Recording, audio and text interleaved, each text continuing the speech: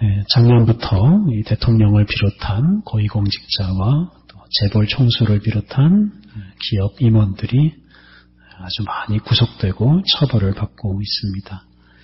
그런 일을 바라보면서 많은 사람들이 환호하고 있습니다. 권력자들이나 부자들은 아무리 큰 죄를 져도 제대로 처벌을 받지 않는 경우가 많았기 때문일 것입니다. 사실 우리들은 다 누구든지 정의로운 세계가, 정의로운 나라가 이루어지기를 기대합니다.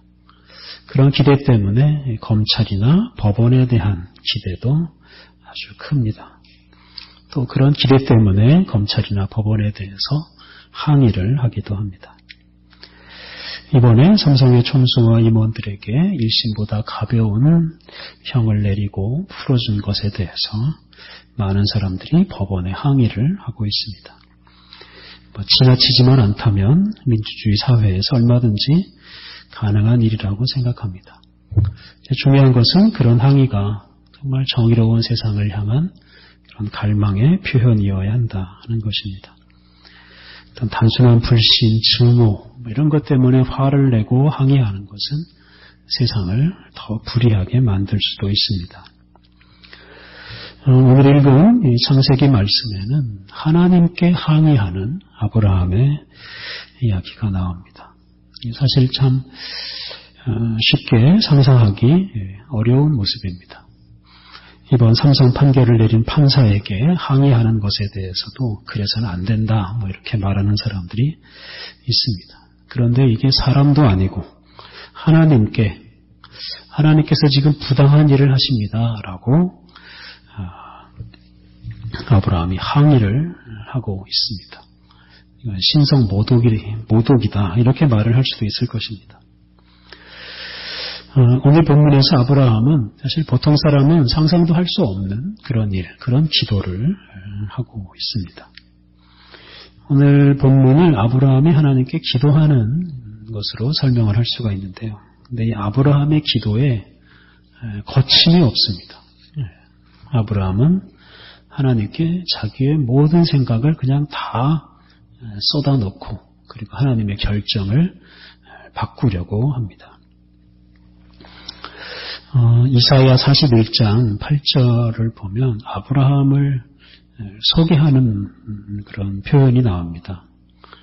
이사야 41장 8절 그러나 나의 종 너 이스라엘아 내가 택한 야곱아 나의 벗 아브라함의 자손아 이런 말씀이 있는데 맨 마지막에 나의 벗 아브라함아 이렇게 부르십니다. 그러니까 나의 벗 아브라함의 자손 이렇게 부르는데요. 아브라함은 하나님의 친구이고 그 하나님의 친구인 아브라함의 후손들이 바로 이스라엘 민족입니다.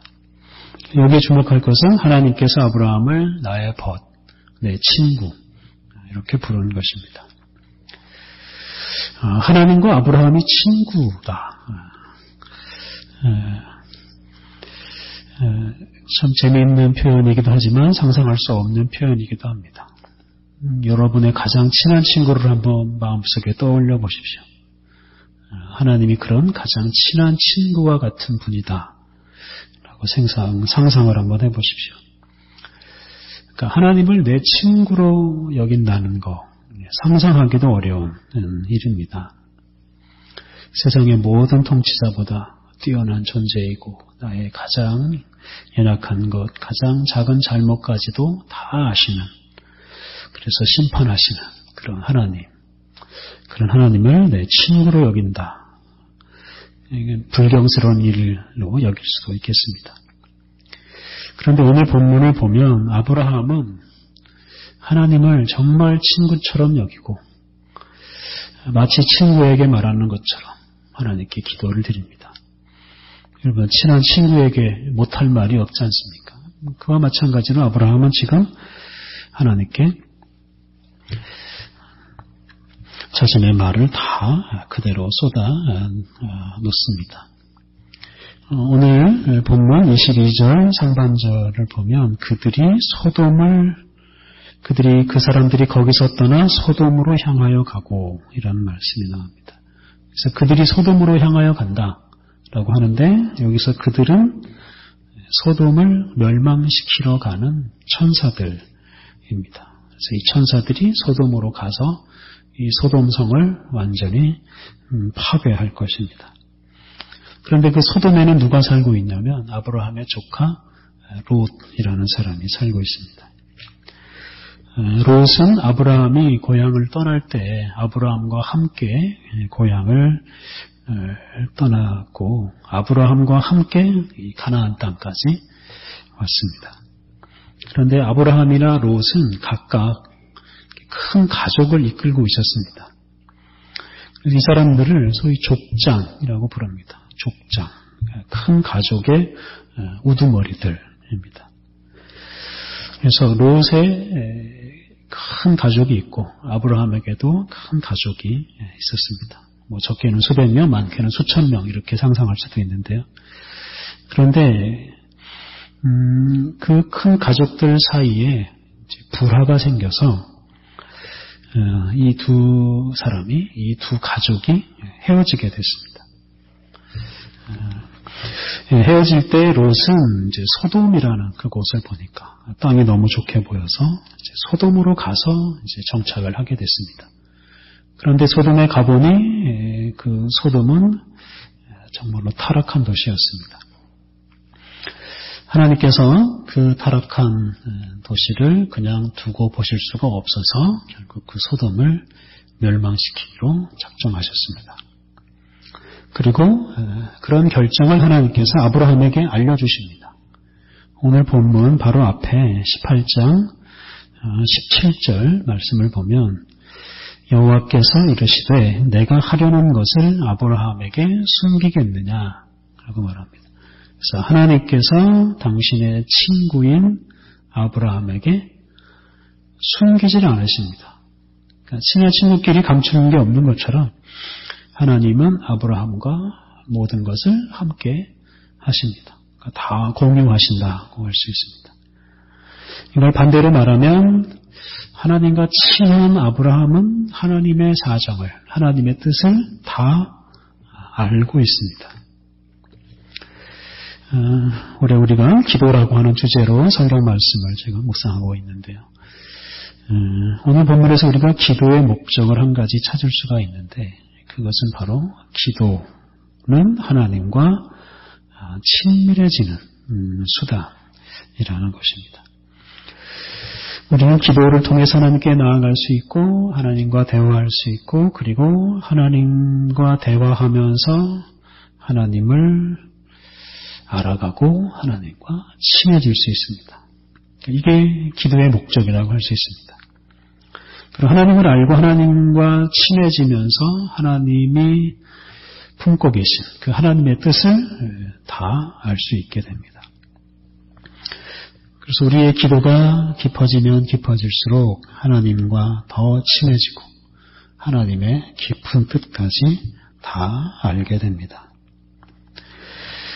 그래서 오늘 읽은 본문은 이렇게 하나님의 뜻을 다 알고 있는, 하나님의 뜻을 알고 있는 아브라함이 드리는 기도입니다. 아브라함은 하나님께서 소돔을 멸망시키기로 하셨다 하는 이런 결정을 알게 되고 나서 그 결정에 말하자면 반항을 합니다. 그 결정을 받아들이지 않고 하나님께 항의합니다. 아브라함이 세 가지 질문을 하면서 하나님께 항의를 하는데요. 첫 번째 질문은 23절에 나옵니다. 23절 하반절 주께서 의인을 악인과 함께 멸하려 하시나이까. 아브라함은 소돔에 악인만 사는 게 아니라 의인도 분명히 살고 있을 것이다 라고 생각합니다. 그런데 소돔을 완전히 다 멸망시키면 그곳에 있는 의인도 함께 망하는 것이 되고 맙니다. 그리고 그것은 정의롭지 않다라고 여겼습니다. 그래서 이 문제를 가지고 하나님께 따지는 겁니다. 하나님이 정의로운 분이시라면 소돔에 있는 사람들을 한꺼번에 다 멸망시켜서는 안 되고 의인과 악인을 잘 구분하고 악인에게만 벌을 내려야 합니다. 이런 요구를 지금 하나님께 하고 있습니다. 그런데 아브라함은 또 거기에 그치질 않고 좀 더 강한 요구를 합니다. 아브라함은 하나님께서 용서해 주셔야 된다 이런 말을 또 합니다.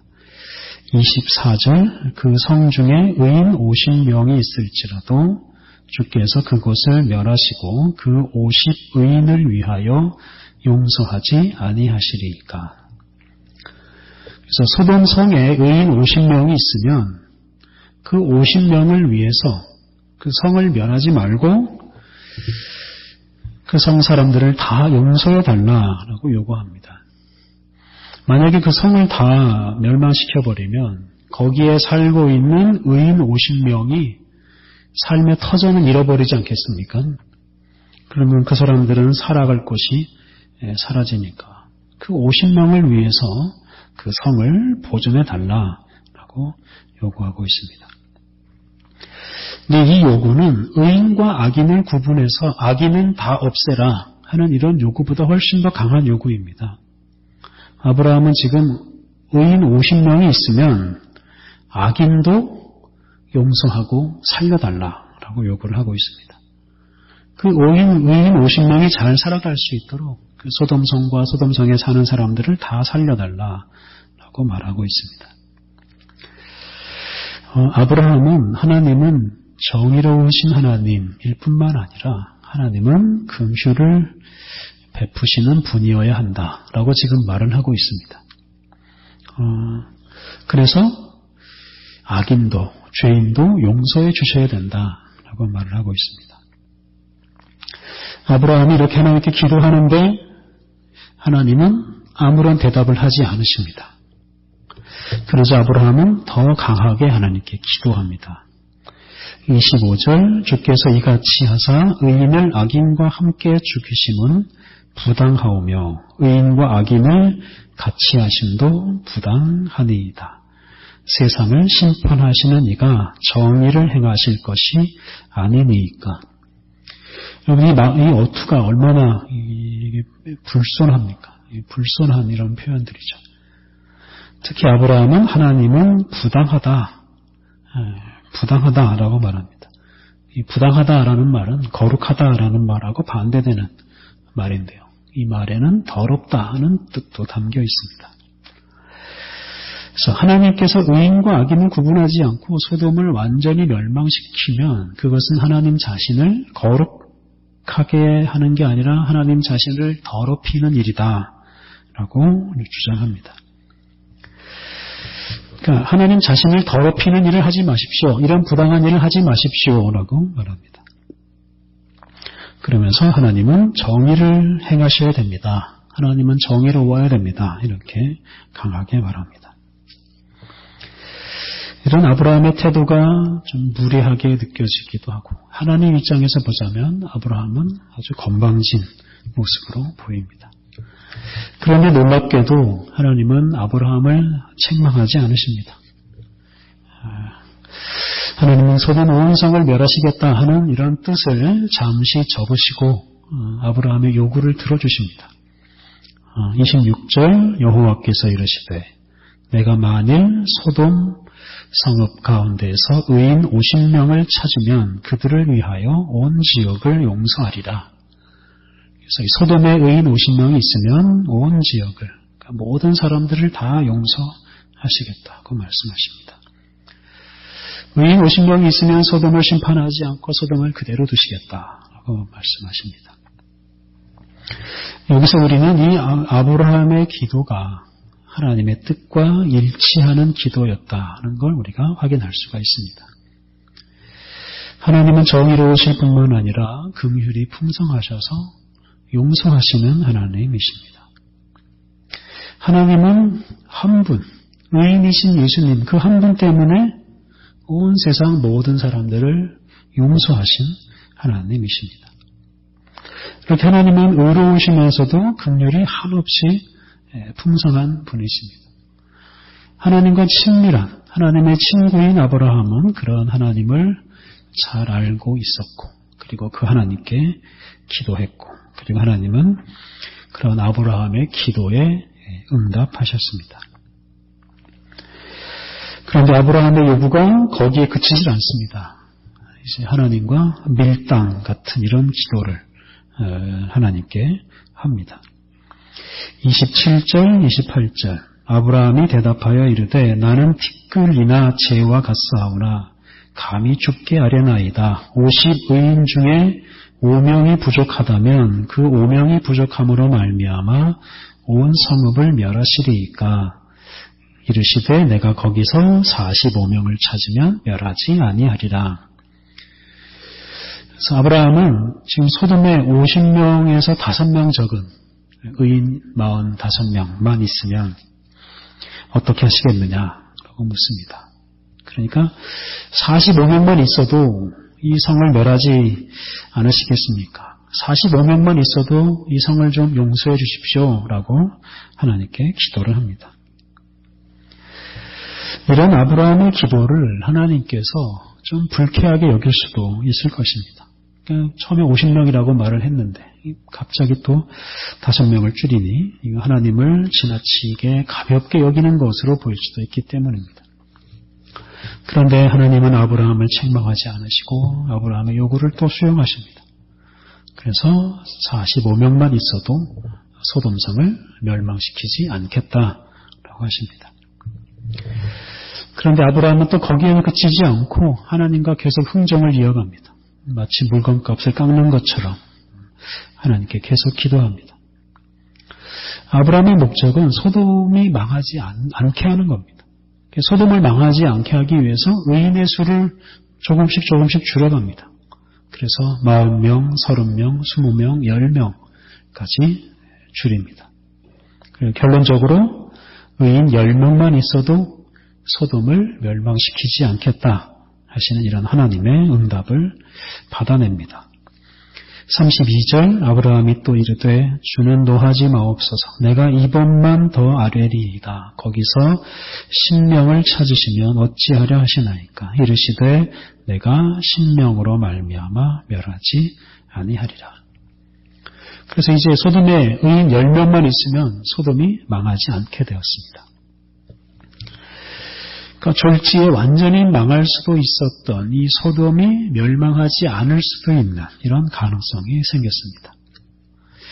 아브라함이 정의롭고 또 긍휼이 많으신 그 하나님께 끈질기게 기도했기 때문입니다. 아브라함의 기도는 소돔이 망하지 않을 수 있는 이런 가능성을 아주 많이 높여놓았습니다. 소돔을 구하기 위해서 드리니 아브라함의 기도가 그것을 이루었습니다. 우리는 여기서 중보기도, 다른 사람을 위해서 드리는 이 기도의 중요함, 위대함을 기억해야 합니다. 아브라함은 소돔을 멸망시키겠다고 하시는 이 하나님의 뜻을 알자마자 소돔이 망하게 하지 않게 하기 위해서 기도하기 시작했습니다. 정말 악명 높은 소돔 같은 도시는 그냥 망해야 된다라고 생각할 수도 얼마든지 그렇게 생각할 수도 있는데 아브라함은 소돔이 망하지 않기를 바라면서 기도를 시작합니다. 아브라함은 하나님은 정의로우시기 때문에 소돔에 사는 의인들은 망하지 않게 하신다라는 확신이 있었습니다. 그래서 악인과 함께 의인을 망하게 하지 말라고 기도했습니다. 또 아브라함은 하나님은 긍휼이 풍성하신 하나님, 그래서 용서하시는 하나님이신 것을 알았기 때문에 그 소돔에 있는 의인들을 위해서 악인들까지 용서하고 소돔성 전체를 멸하지 말라라고 기도했습니다. 그러니까 아브라함은 이 소돔, 어떤 사람은 생각하기를 망해도 망해야 마땅하다 생각하는 이 소돔성을 구하기 위해서 자기가 할 수 있는 모든 논리를 다 동원해서 하나님께 기도했고 그 결과 소돔성이 망하지 않을 수도 있는 상황까지 오게 되었습니다. 우리도 이런 기도를 드리며 살아야 합니다. 정의로우신 하나님, 그리고 긍휼이 많으신 하나님께 우리의 이웃과 또 이 세상의 구원을 위해서 기도해야 합니다. 이 세상이 망하는 것은 결코 하나님의 뜻이 아닙니다. 디모데전서 2장 4절 말씀처럼 하나님은 모든 사람이 구원받기를 원하십니다. 이런 하나님께 우리는 우리의 이웃과 온 세상, 온 나라의 구원을 위해서 기도해야 합니다. 모든 사람이 구원받기를 원하시는 하나님은 아브라함의 기도를 물리치지 않으시고 기쁘게 들으시고 응답하셨습니다. 그러니까 아브라함의 기도는 결코 무례하거나 건방진 기도가 아니고 하나님을 기쁘시게 하는 기도였습니다. 다른 사람이 구원받기를 원하면서 드리는 그런 중보 기도는 그 논리나 형식이나 내용에 관계없이 하나님을 기쁘시게 하는 기도가 될 수 있다는 것을 우리가 기억해야 합니다. 이제 18장 이후 말씀을 보면 이런 아브라함의 기도에도 불구하고 소돔은 결국 망하고 맙니다. 아브라함의 기도가 있었지만 소돔에는 의인 10명이 없어서 결국 성 전체가 다 망하고 말았습니다. 근데 그렇다고 해서 아브라함의 기도가 헛된 기도라고 할 수는 없습니다. 우선 소돔 사람들이 다 망한 것은 아니었습니다. 거기서 살아남은 사람들이 있었습니다. 바로 아브라함의 조카 롯과 롯의 가족들만은 살아남았습니다. 이 사람들이 의인이라서 살아남은 건 아닙니다. 긍휼이 많으신 하나님께서 그들은 용서하시고 그들은 구원하셨는데 이건 역시 아브라함의 기도의 결과라고 할 수 있습니다. 또 아브라함의 기도가 있었기 때문에 소돔이 망한 것은 하나님이 불의하거나 하나님이 잔인하시기 때문에 그런 게 아니다 하는 것이 분명해졌습니다. 아브라함이 기도하는 과정에서 하나님은 당신이 정의로우시고 또 긍휼이 풍성한 분이신 것을 분명하게 드러내셨습니다. 하나님은 소돔을 멸망시키려고 하지 않으셨습니다. 소돔을 의롭게 하고 소돔을 살리는 것이 우리 하나님의 뜻이었습니다. 그래서 소돔이 망한 것은 하나님이 망하게 한 게 아니라 그곳 사람들이 그 소돔을 구원하시고자 하는 그 하나님의 뜻을 끝까지 거부하고 죄악을 멈추지 않았기 때문입니다. 그러니까 소돔 사람들이 자신의 멸망을 자초한 것입니다. 이렇게 아브라함의 기도는 이 소돔 멸망의 책임은 바로 이 소돔 사람들에게 있다 하는 것을 분명히 드러냅니다. 하나님과 친밀한 관계를 맺고 기도하는 사람, 그런 사람이 이 세상을 구하고 또 하나님의 영광을 세상에 드러낼 수가 있습니다. 하나님과 친구 같은 관계를 맺고 하나님의 뜻대로 기도하는 사람, 그 사람이 이 망해가는 세상을 살릴 수 있고 또 세상을 구원하시는 하나님을 세상에 드러낼 수 있습니다. 우리는 결코 방관자가 되어서는 안 됩니다. 소돔이 망한다라고 할 때 아브라함이 그냥 구경만 하지 않고 하나님께 끈질기게 기도한 것처럼 우리 이웃과 우리 나라가 이 세상이 죄에 빠져 망해가는 것을 그냥 우리가 두고 봐서는 안 됩니다. 사람과 세상을 구원하시는 하나님, 그 하나님의 백성, 그 하나님을 섬기는 사람답게 우리가 이 세상의 구원을 위해서 정말 안타까운 마음으로 생명을 사랑하는 마음으로 우리가 늘 기도하며 살아야 합니다. 하나님의 의로우신 심판 그리고 하나님의 용서를 우리들이 늘 구하며 살아야 합니다. 우리가 그렇게 살아갈 때 우리가 하나님의 친구로 또 하나님의 동력자로 살아갈 수 있고 하나님의 구원의 역사에 동참하는 그런 위대한 인생을 살아갈 수 있습니다. 하나님을 친구로 삼고 하나님께 기도함으로써 이런 복되고 위대한 인생을 살아가시기를 바랍니다. 함께 기도하시겠습니다. 하나님, 죄에 빠져 죽어가는 우리들을 예수 그리스도의 은총으로 살리신 주님의 은혜를 찬양합니다. 죄로 인해 망해가는 세상에서 우리들이 더 힘껏 복음을 전하고 또 기도하게 하옵소서. 우리가 하나님과 친밀한 교제를 나눔으로 주님을 더 깊이 알아가게 하옵소서.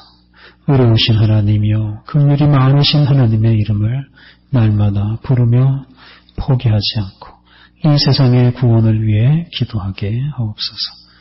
그리하여 온 세상을 구원하시는 주님의 영광이 세상에 드러나고 또한 세상을 구원하시는 주님의 위대한 일이 이루어지게 하여 주옵소서.